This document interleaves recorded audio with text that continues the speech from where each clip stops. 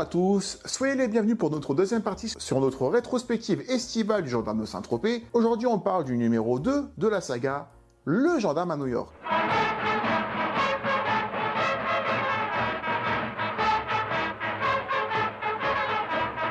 Dès le tournage du gendarme de Saint-Tropez, Richard Balducci, à l'initiative de l'histoire des gendarmes, Jean Giraud, le réalisateur, et Louis de Funès envisagent de donner une suite aux aventures de Cruchot et de la brigade. Tu as vu la nouvelle? La brigade de Saint-Tropez représentera la France au congrès international de la gendarmerie à New York. Les producteurs, dès la sortie du film, comprennent quel est son potentiel à l'exportation. Louis de Funès, de son côté, a envie de faire voyager son personnage. Pourquoi pas le faire voyager dans un lieu différent à chaque épisode? Saint-Tropez n'étant qu'un point de départ parmi d'autres. Prétexte à un tour de France, puis un tour du monde. Le gendarme à Mexico, le gendarme à Tokyo sont des pistes envisagées.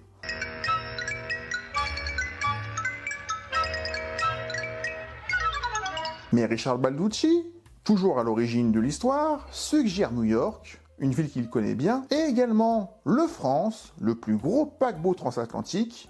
Alors pourquoi ne pas allier les deux? Mais porté par 12 millions de francs de recettes en 7 mois sur le seul marché français, le futur film est d'ores et déjà prévendu aux distributeurs étrangers, New York étant particulièrement vendeur, et le budget sera cette fois-ci doublé, 3,2 millions de francs de l'époque. Le scénario final est rapidement validé par la gendarmerie nationale, qui a à chaque fois un droit de regard, et qui cette fois-ci retirera du scénario une scène durant laquelle les gendarmes regardent de la tête aux pieds des hôtesses de l'air.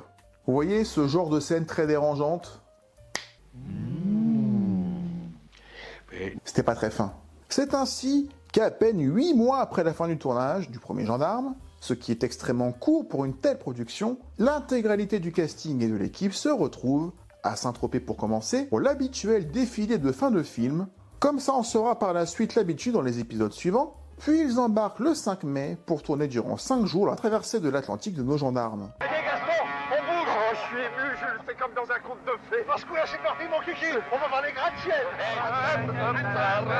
Mais c'est là qu'intervient un problème majeur. Une terrible dispute éclate entre Jean Giraud et Jean Lefebvre, qui décident de quitter le tournage. À la différence du premier gendarme, Louis de Funès est cette fois la star inconditionnelle du film. Et tout devra tourner cette fois-ci exclusivement autour de lui. Ce que le producteur valide, tout comme Jean Giraud. Mais de son côté, Jean Lefebvre a du mal à l'accepter et il demandera en express l'écriture de scènes additionnelles incluant son personnage, ce qui énervera Jean Giraud qui n'appréciait qu'assez moyennement le comédien. Jean Lefebvre prétextera alors qu'il est malade afin de ne pas tourner ses plans, mais il sera surpris sur le casino du France.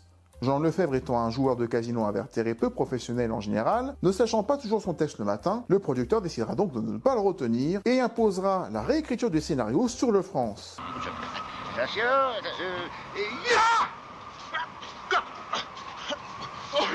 Jean Giraud avait la tendance, enfin je sais pas si c'est une tendance, mais en tout cas il n'aimait pas Jean Lefebvre parce que Jean Lefebvre estimait qu'il était aussi quelqu'un, et ce qui était vrai, et qu'il avait autant sa place que Louis de Funès dans Les Gendarmes.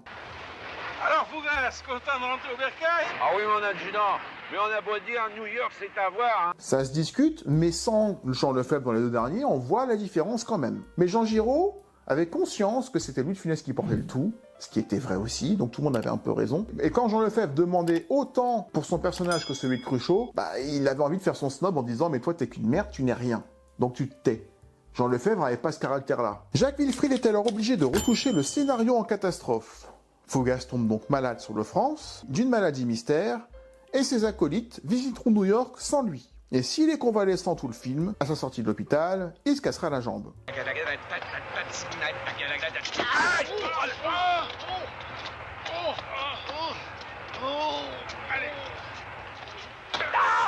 Pour les scènes d'hospitalisation et de diagnostic, elles seront tournées en France, au retour de New York.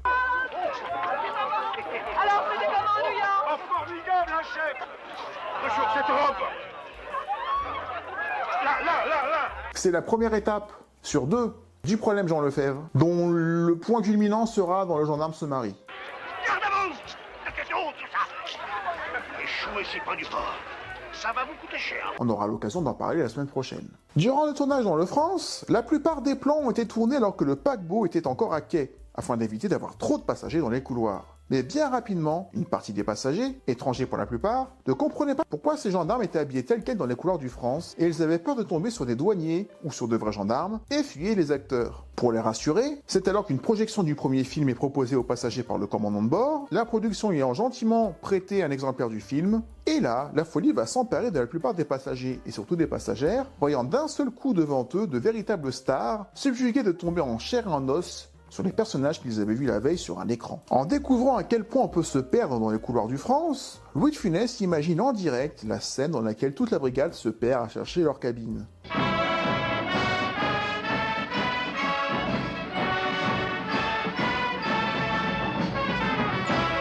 Mais l'arrivée à New York est compliquée. Non seulement parce qu'ils ont passé des heures aux douanes à devoir vider leurs valises sur un sol très sale, et alors qu'ils imaginaient avoir des tarifs réduits dans le fameux hôtel Americana, en échange de sa promotion dans le film, la direction de l'hôtel déclinera, et l'équipe devra loger dans un hôtel plus modeste, bien loin du confort du France.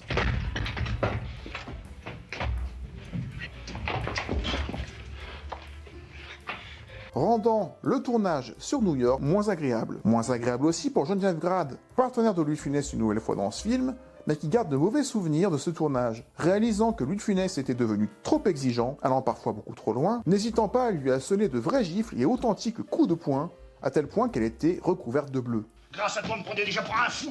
Mais maintenant, ce serait pire si s'apercevait que je ne l'étais pas, hein. Oh putain, D'ailleurs, dans cet extrait-là, passage clouté avant Ah, d'autres. oui. Ah bon c'est curieux ça. Et vous, Geneviève Grade? une queue de poisson un jour. C'est Bon, possible. je peux parler, oui. Ben, moi, c'est la deuxième fois que... Tu vas voir ce que tu vas prendre. Tu vas voir ce que tu vas prendre. Allez hop, va par là. je pense qu'on peut lire assez facilement qu'elle était pas forcément de bonne humeur ce jour-là, parce qu'elle a envie d'exister aussi. C'est dit en rigolant, mais je pense qu'elle était très sérieuse, cette intervention de Geneviève Grade dans l'interview. De plus, durant le tournage à New York, Louis de Funès s'isole dans sa chambre d'hôtel, réfractaire à la nourriture américaine, ce qui va lui inspirer l'écriture sur place de la scène de l'entrecôte, et supportant mal la chaleur moite du climat. Il faisait en effet très chaud durant les 4 semaines de tournage, qui ont eu lieu de mi-mai à mi-juin. Étant donné le budget plus large du film, et voulant faire un clin d'œil au personnage de Sœur Clotilde, François Milly fera le déplacement à New York par avion en 48 heures, faisant simplement l'aller-retour. Vous ici, mon fils! Quelle surprise! Oh, ma sœur, comme le monde est petit. Oh, oh, oh. C'est épuisé physiquement et moralement, entre autres par de nombreux travaux dans New York qui ne facilitaient pas les prises de vue, que l'équipe est de retour en France pour les scènes d'intérieur. Cette fois-ci, dans les studios de Billancourt, et la scène de baseball sera tournée à Saint-Germain-en-Laye et non à New York, pour une fin de tournage qui s'achèvera après 11 longues semaines, contre 8 seulement pour le gendarme de Saint-Tropez. Suite aux réécritures imposées par le désistement de Jean Lefebvre, plusieurs scènes qui devaient avoir lieu à Paris ont également été supprimées du calendrier de tournage. Par exemple, lors de leur départ vers New York, l'escale à Paris devait durer plus longtemps. Ils devaient admirer, depuis une voiture de tourisme, les différents monuments parisiens, tels que le Jardin du Luxembourg, les Invalides, la Tour Eiffel, la place de la Concorde, ou encore les Champs-Élysées. Le but était de tenter de parler en anglais en parlant des monuments, Cruchot étant très fier de dire Eiffel Tower à son adjudant, qui était très impressionné, mais lorsque ce dernier lui demandera de traduire les Champs-Élysées en anglais, Cruchot lui répondra fort embêté que c'est intraduisible, avant que Fougas n'essaye, en disant les Champs-Élysées. Tout à fait du Fougas. Je pense que cette scène aurait eu sa place dans le film. Sur la place de la Concorde, par exemple, où Cruchot dira fièrement Concorde Square, ce à quoi Merlot aurait répondu cette fois-ci que, pour un square, c'est pauvre en espace vert, avant de se faire réprimander par Cruchot, qui lui dira que square veut dire place et qu'il n'est qu'un cancre. Oui, ça pourrait peut-être... Écoutez, ne jouez pas avec mes nerfs, hein, ne jouez pas avec mes nerfs. Ça suffit, vous êtes incapable, là. En gros, c'est la scène du cours d'anglais qu'on aura dans le France de toute façon, donc il n'y a pas de regret à avoir, même si cette scène du cours d'anglais aurait eu plus de sens si on les avait déjà vus essayer de parler anglais sur le trajet. Et maintenant, nous allons passer à un exercice de conversation. De conversation courante.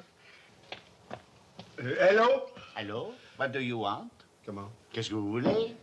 Les gendarmes auraient aussi dû être reçus au ministère de la Guerre, et d'autres scènes de début de film ont été supprimées, comme un échange entre le patron du bar et le pêcheur, que l'on voit lire le journal au début du film, qui était bien plus long au départ. En gros, le gendarme à New York avait plus d'ambition que ce que le film rendra au final. Il y avait plus de voyages, il y avait plus de scènes sur Paris. Ça aurait dû être un film un petit peu plus gros en termes de décor et de lieux. Alors que la première partie semble un peu expédiée. Quand le film commence, ça va très vite. Ils vont d'un endroit à l'autre, mais c'est que des escales pour aller à New York. alors que normalement on aurait dû rester un petit peu plus dans ces escales justement. C'est tellement expédié que même ma VHS de l'époque, dans le coffret que j'avais en cassette, il savait complètement zapper le début, la scène avec les mâles, la scène où Nicole avoue que c'est elle qui avait essayé d'apprendre quelques bases d'anglais à son père. Et ben c'est lors de multiples rediffusions de télé que je me suis rendu compte un jour que j'avais raté 5 minutes du film. Et ça fait un choc quand tu connais le film depuis une quinzaine d'années, que tu te rends compte que tu n'avais jamais vu le début. Voilà, et voilà Fougas. Et voilà Fougas. Regarde. A noter également que la plupart des acteurs qui jouent des rôles étrangers, que ce soit italiens ou américains, sont tous des exilés qui vivent en France et qui travaillent en France. Même le chauffeur de taxi, propriétaire d'un restaurant qui avait fait quelques films en France, c'est un exilé, certes américain, mais qui vivait en France.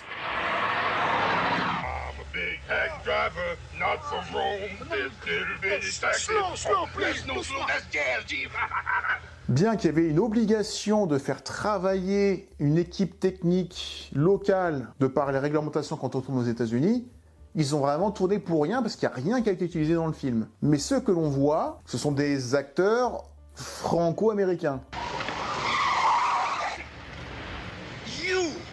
Non. Yes, it's you. No, I am not the same. Alors, you wait here. Pas des vrais Américains avec lesquels Le Funès aurait rencontré en tournant avec des personnes qui ne le connaissaient pas du tout. Non, ils ont un petit peu triché. Le Gendarme à New York sort en octobre 65 et réunira 5,5 millions de spectateurs. Alors que Le Gendarme de Saint-Tropez et Le Corneau sont toujours à l'affiche au même moment. Et alors que sort aussi Les Bons Vivants, un film à sketch dans lequel avait également joué Le Funès, qui était présent sur 5 films en même temps. Alors si les films restaient aussi longtemps en salle, parfois une année complète, c'est parce qu'il y avait beaucoup moins de salles aussi. En France, on n'était pas encore dans les années post-Hollywood, des années 70-80, où du coup, tous les films étaient distribués dans des centaines de salles partout, où tout le monde pouvait les voir en même temps. Là, on parlait de quelques dizaines de salles, mais qui fonctionnaient toute l'année.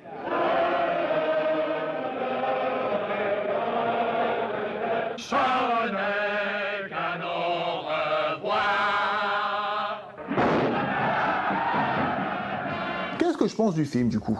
On l'a vu, le tournage est beaucoup plus compliqué que le premier, mais pourtant, je le ressens pas.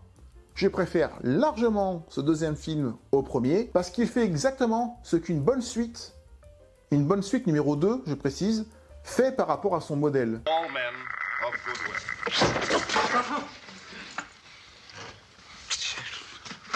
Plus vite, plus rapide, plus de gags, plus de moyens aussi, c'est souvent le cas quand ça marche. C'est la même histoire que le 1, donc on perd pas le temps à comprendre de quoi on va parler. Nicole fait encore des siennes, Cruchot doit la couvrir, voilà, c'est le motif, sauf que ça se passe en XXL, en plus gros.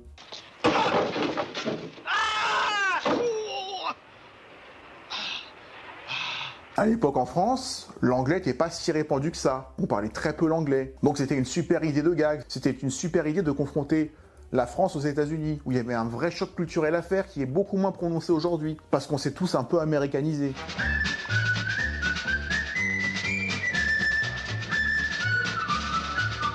Même si tout n'est pas parfait, j'aime pas spécialement l'hommage à West Side Story, et qui était un phénomène à l'époque, qui était sorti je crois 3-4 ans avant.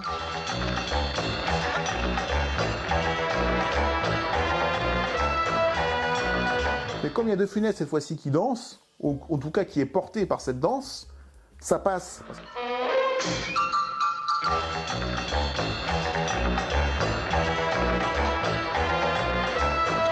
Parce qu'il a fait passer la pilule. Mais c'est pas la partie que je préfère du film, même si je comprends l'hommage qu'ils ont voulu faire. Mais c'est un hommage un peu long et un petit peu lourd.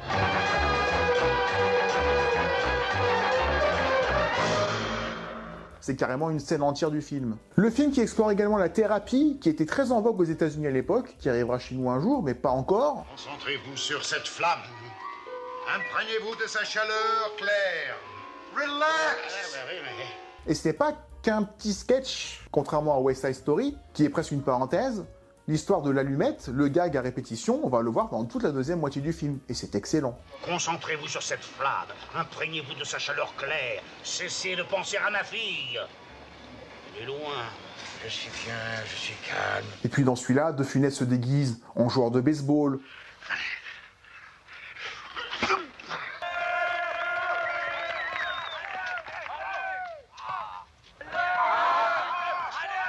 En policier new-yorkais.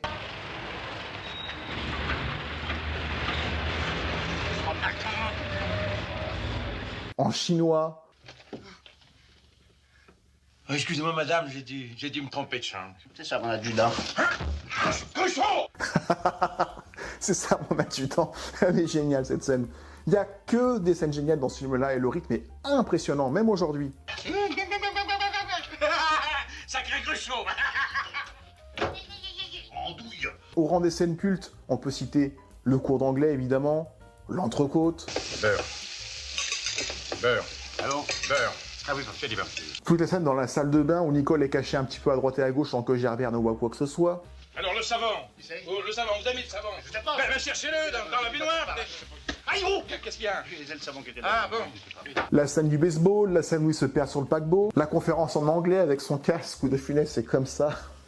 Meine Herren, Kyrie, Господа, I'm sorry that exhausts my abilities. Tranquille en faisant croire que lui il n'a pas besoin d'avoir le casque pour avoir la traduction alors qu'on sait qu'il parle pas complètement anglais. C'est juste pour se la péter complètement auprès de son chef.